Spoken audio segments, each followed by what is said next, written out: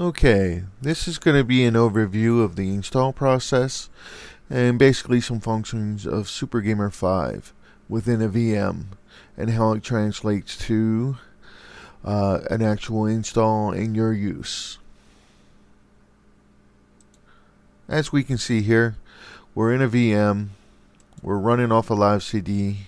This is going to boot up, and then we're going through the process of installing within a VM. Within the VM, unless you have two 3D graphics cards, you do not have true 3D acceleration. That and a lot of RAM for that. But anyway, because then you would use hardware pass-through for the 3D acceleration. So you're only in 2D here. Okay, our desktop is going to come up in a second. Alright, we see our arrow, we see our desktop starting to come up. Alright, our desktop is basically up. It's not fully up yet, we're waiting for the icons to show. Alright, desktop is up. We see the install icon on the left hand side at the bottom. We're going to click that. Alright, we're going to select our language, our keyboard type, keyboard layout, and we're going to select after that to install third-party add-ons, graphics, Wi-Fi drivers, media formats.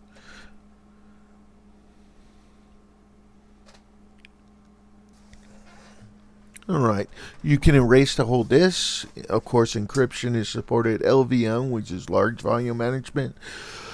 ZFS is not really suggested use. That's experimental, or you can do a custom install. The installer will ask you to confirm. You click continue to confirm once you have an option chose. And here with this option, as you see, we're going to erase the disk and install SuperGamer. Here we select our region, time zone. Here you're going to plug in your name, your username, and password, and of course the computer's name. Password, please use something that's at least 16 characters, capitals, letters, numbers, symbols. Best security practice. As we see, just like in Windows, it's copying the files over.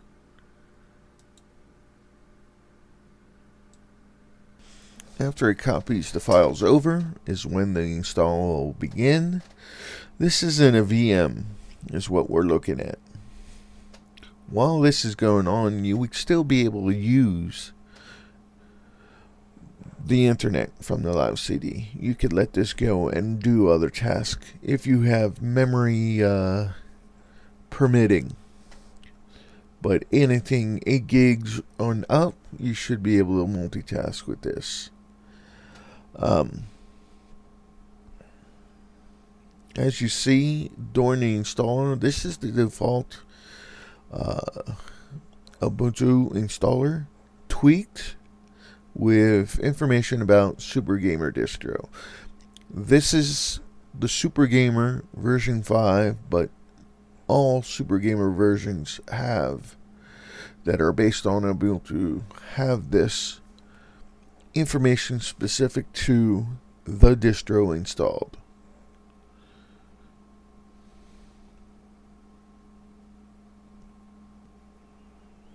After it copies the files over, it'll start install as I stated, and you'll be able to see what it's doing for most part during the install process.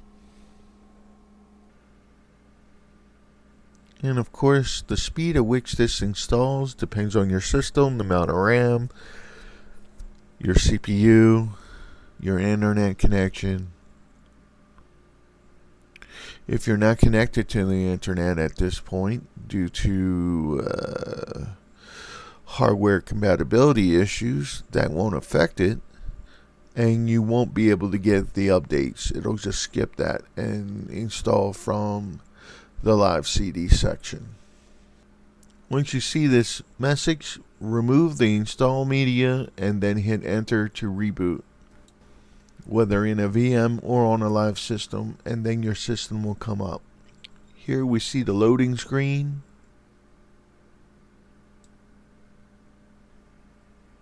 Alright, in a little bit we'll see our desktop come up. Alright, we see our desktop coming up. Our network's up. Alright, there's our desktop. Over here we see the silent installers on the left hand side, top, the Play on Linux on top, Lutris, and then Steam. We're going to look in our start menu. We're going to look around. We're going to go to software updater in the favorites, and that's so we can get our updates. This will go out and check to see if there are any updates since the time that the ISO was created, and go fetch those updates for us. And we click install now. If you want to see what it wants to install, you hit details, and these are all updates.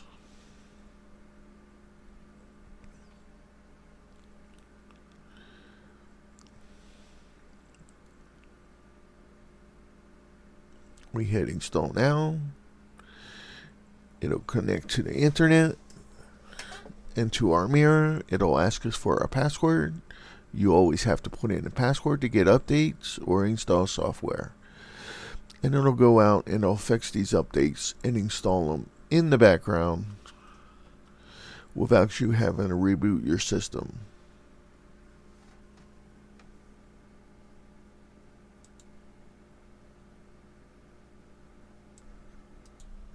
Okay, our updates are finished. We hit OK. We're going to show you the Steam installer now. And then, of course, like I told you before, you have to enter your password to install any piece of software within Linux. At least at some point. If you do it via Synaptic, you're asked for your password ahead of time. You can just install. It shouldn't ask you for your password again.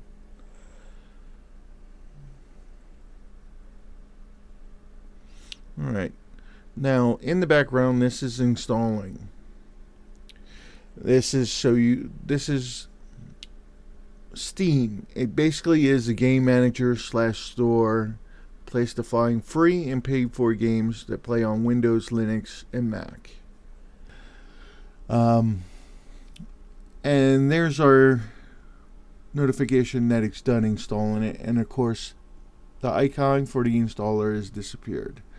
You do not see anything showing on the screen, and here we see that it was put in the games directory. Once again, ask for the password, authenticate. It gives you a little notification that it started, and in the background it's installing Lutris. The same with Play on Linux. These are for convenience for people that use these. In Linux you can go, besides Steam, which is a rather large catalog of Windows, Mac, and Linux games, you can also go to Lutris and buy and purchase games from their store. And we see here that we got our confirmation that it's finished installing and the icon disappeared. The same thing will happen for Play on Linux, and it'll be installed underneath the games folder in the menu. Okay, and that was our shutdown screen, and we're going to shut down. Alright, and that's it. That was an overview of the install. I hope you found it informative. We thank you for watching and for your time.